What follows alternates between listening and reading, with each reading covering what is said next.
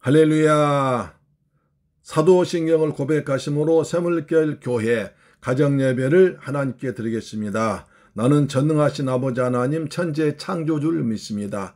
나는 그의 유일하신 아들 우리 주 예수 그리스도를 믿습니다.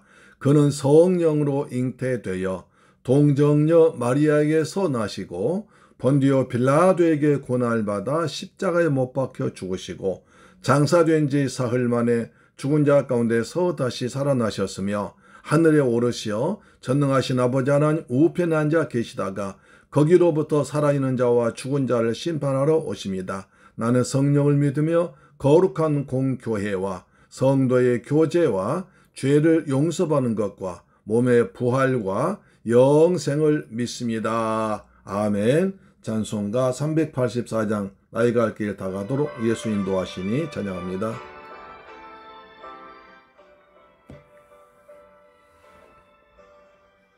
나의 갈 길 다가도록 예수 인도하시니 내 주 안에 있는 긍휼 어찌 의심하리요. 믿음으로 사는 자는 하늘 위로 받겠네. 무슨 일을 만나든지 만사 형통하리라. 무슨 일을 만나든지 만사 형통하리라. 나의 갈 길 다가도록 예수 인도하시니 어려운 일 당한 때도 족한 은혜 주시네. 나는 심히 고단하고 영혼 매우 가라나 나의 앞에 반석에서 샘물 나게 하시네. 나의 앞에 반석에서 샘물 나게 하시네. 아멘. 나의 갈 길 다가도록 주님이 인도하시고 보혜사 성령으로 함께 하시면서 지켜주실 것입니다. 할렐루야. 아멘. 다가도록 예수 인도하시니 그의 사랑 어찌 큰지 말로 할 수 없도다. 성령 감화 받은 영혼 하늘 날아갈 때에 영영 부를 나의 찬송 예수 인도하셨네. 영영 부를 나의 찬송 예수 인도하셨네.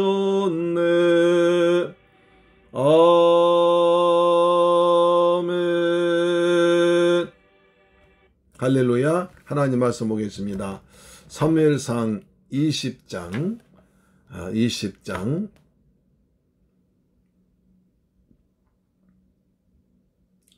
24절로 29절 말씀 보겠습니다. 사무엘상 20장 24절 29절 말씀 같이 봉독합니다.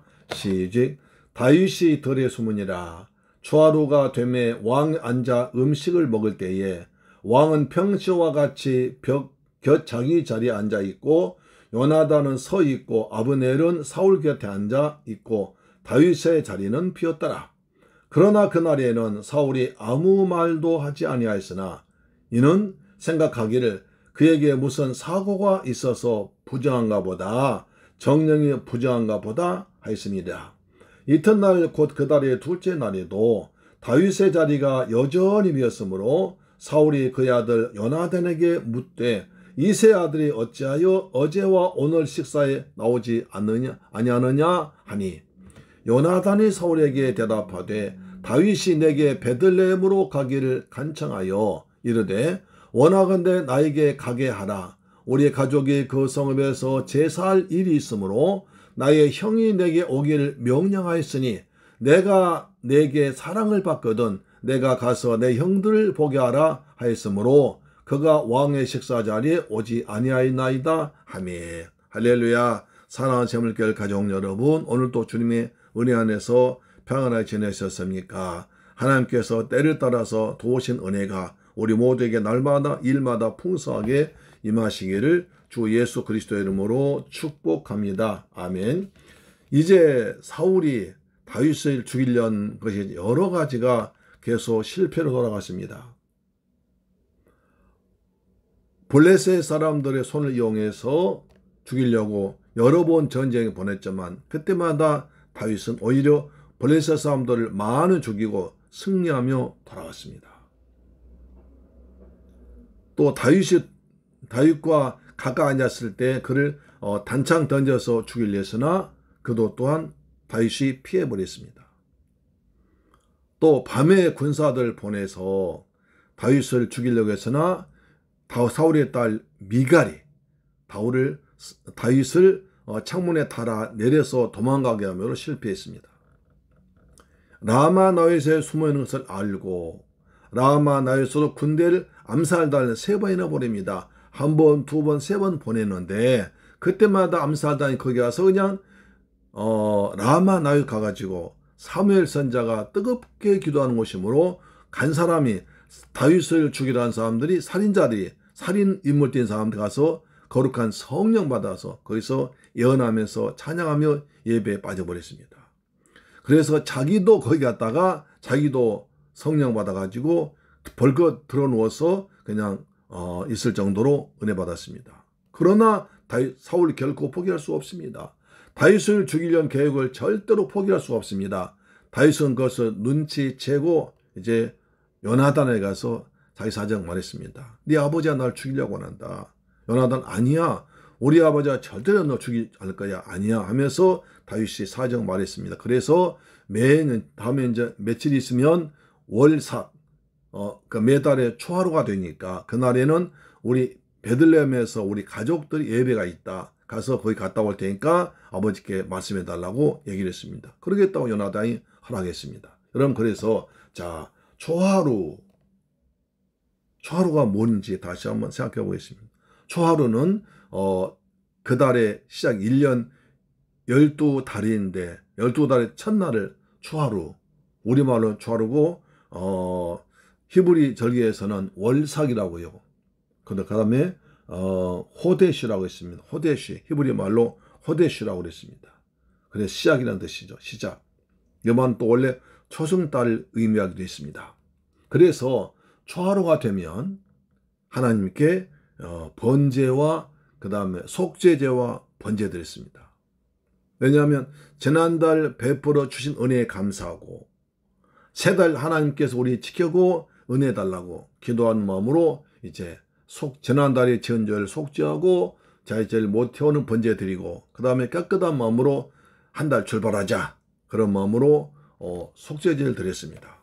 이것이 민수기 28장 11절 나와 있거든요. 한번 찾아볼까요? 민수기 28장 11절 보시면 이거 잘 나오게 되십니다. 자, 민수기 28장 11절 보시면 다 여러 군 나오는데 한 군데 보겠습니다. 민수기 28장 11절 보시면 이렇게 나와 있습니다. 초하루에는 소송아지 2마리와 순양 1마리와 1년 되고 흠 없는 순양 7마리로 여호와께 번제를 드리라. 그 다음에 또 15절 보면 14, 15절 그 전제는 수송아지 1마리에 포도 반 흰이요 순양 1마리에 10분의 3분의 1 흰이요 어린 양 1마리에 4분의 1 흰이 이는 1년 중 매월 초하루의 번제며 또 상번제와 그 전제 외에 순염소 1마리의 속죄제로 여호와께 드릴 것이니라. 민수기 28장은 하나님께 드린 제사를 여러 가지 말하고 있거든요. 그래서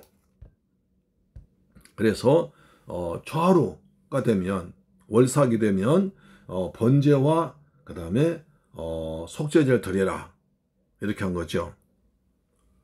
속죄제는 하나님께 지은 죄를 용서받기 위해 드린 제사입니다. 번제는 짐승을 통째로 태워서 제물로 바친 제사를 말하죠. 그래서 다시 아까 말씀드린 대로 지난달에 지은 죄를 반성하고 보살펴준 은혜에 감사하며 새로운 달에도 돌봐줄 것을 기원한 목적으로 행해졌습니다. 제물 위로 나팔 보는 것으로 시작되어 있습니다. 절차상 속죄제는 번제보다 먼저 드렸습니다. 번제에 희생된 제물은 숫소, 순양, 순용소 등이었습니다. 이날에 매매 장사는 금지되었습니다. 사람들은 노동하지 않고 쉬면서 특별한 음식을 먹고 하나님께 예배드렸습니다. 그러니까 굉장히 중요한 날이죠. 근데 이렇게 중요한 날, 그래서 이제 사울은 그래도 형식적으로라도 율법을 드리고 제사 드리는 모양을 내기 위해서 월삭을 드렸습니다. 그래 그날에 이제 자기 부하들, 가까운 사람들과 같이 제사 드리고 음식을 먹으면서 친교를 나누면서 그것을 어떤 감시하는 역할까지 했습니다. 그래서 이제 사울은 지난번에 몇 번이나 계속 다윗을 죽이려고 시도한 건 실패했습니다. 그래서 이번에는 초하루 월삭날 다윗이 올 테니까 그때 죽이자 이렇게 자기 마음으로 계획했던 것입니다. 그래서 전함은 실패했지만 이번에는 반드시 성공할까 하면서 초하루 날 기다리다가 다윗을 죽이려고 했습니다. 초하루가 되었습니다. 속죄제를 드리고 번제를 드렸습니다. 그러다 보니까 사울이 잊어먹었다고 할까요? 잊어먹었든지 아니면 번제 제사 여러 가지 행사 때문에 이제 차마 다윗을 죽이지 못했던 거 봅니다. 그래서 첫날은 넘어갔습니다. 내일은 죽여야지. 내일은 반드시 저놈 죽여야지. 라고 둘째 날 이제 기다렸습니다. 보통 이제 그런 음식을 3일간 했던가 봐요. 3일간. 제사는 첫날 드리고 두 번째, 셋째 날에 이제 자기 앞에 나온 신하들과 음식을 먹고 담소하면서 얘기를 듣는 거죠. 그래서 둘째 날 죽이려고 딱 보니까 다윗이 안 보인 겁니다. 우리 20장 24절 보시면 다윗이 들에 숨으니라 초하루가 되매 왕이 앉아 음식을 먹을 때에 제사대 음식 먹는 거죠.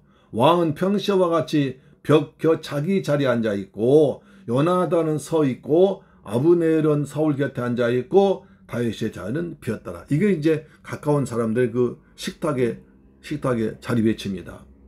다윗이 딱 이제 벽걸이에 등 뒤고 앉아 있습니다. 요나단은 자기 아버지를 지키고 서 있습니다. 아브넬 국방장관이 무기 들고 사울 곁에 있습니다. 누구도 사울 옆에 왕 가까이 오지 못하도록 지키는 것입니다. 바로 그 옆에 다윗이 수금을 타고 있었죠. 그런데 다윗이 없는 거예요. 그래서 사울은 생각하기를 야 내가 오늘 다윗 죽이려고 했는데 왜 안 오지? 하면서 다윗이 초하루 제사 지내기에 약간 부정한 그러니까 이제 그 초하루 제사 드리기에 어떤 부정한 건 하나님께서 좋지 못한 건 그 피를 만지거나 주 시체 만지거나 그러면 그 속죄제에 참석하지 못했거든요. 그런 부정한 일이 있었나 보다. 그러면 내일 죽여야지. 라고 했었는데 그 다음날 나눕니다. 자 27절 보세요. 그 이튿날 곧 그 달의 둘째 날에도 다윗 자리가 여전히 비었으므로 사울이 그의 아들 요나단에게 묻되 이 세 아들이 어찌하여 어제와 오늘 식사 자리에 오지 않느냐? 라고 물어봅니다.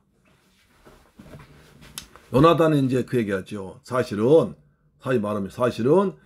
다윗이 나한테 이번에 베들레헴 가서 가족끼리 제사 드리는데 형이 날 오라고 그랬습니다. 그래서 가족들이 베들레헴 가서 초하루 그 월삭 그 제사 드리는데 제사 드리고 오겠습니다. 라고 말해서 내가 가라고 했습니다.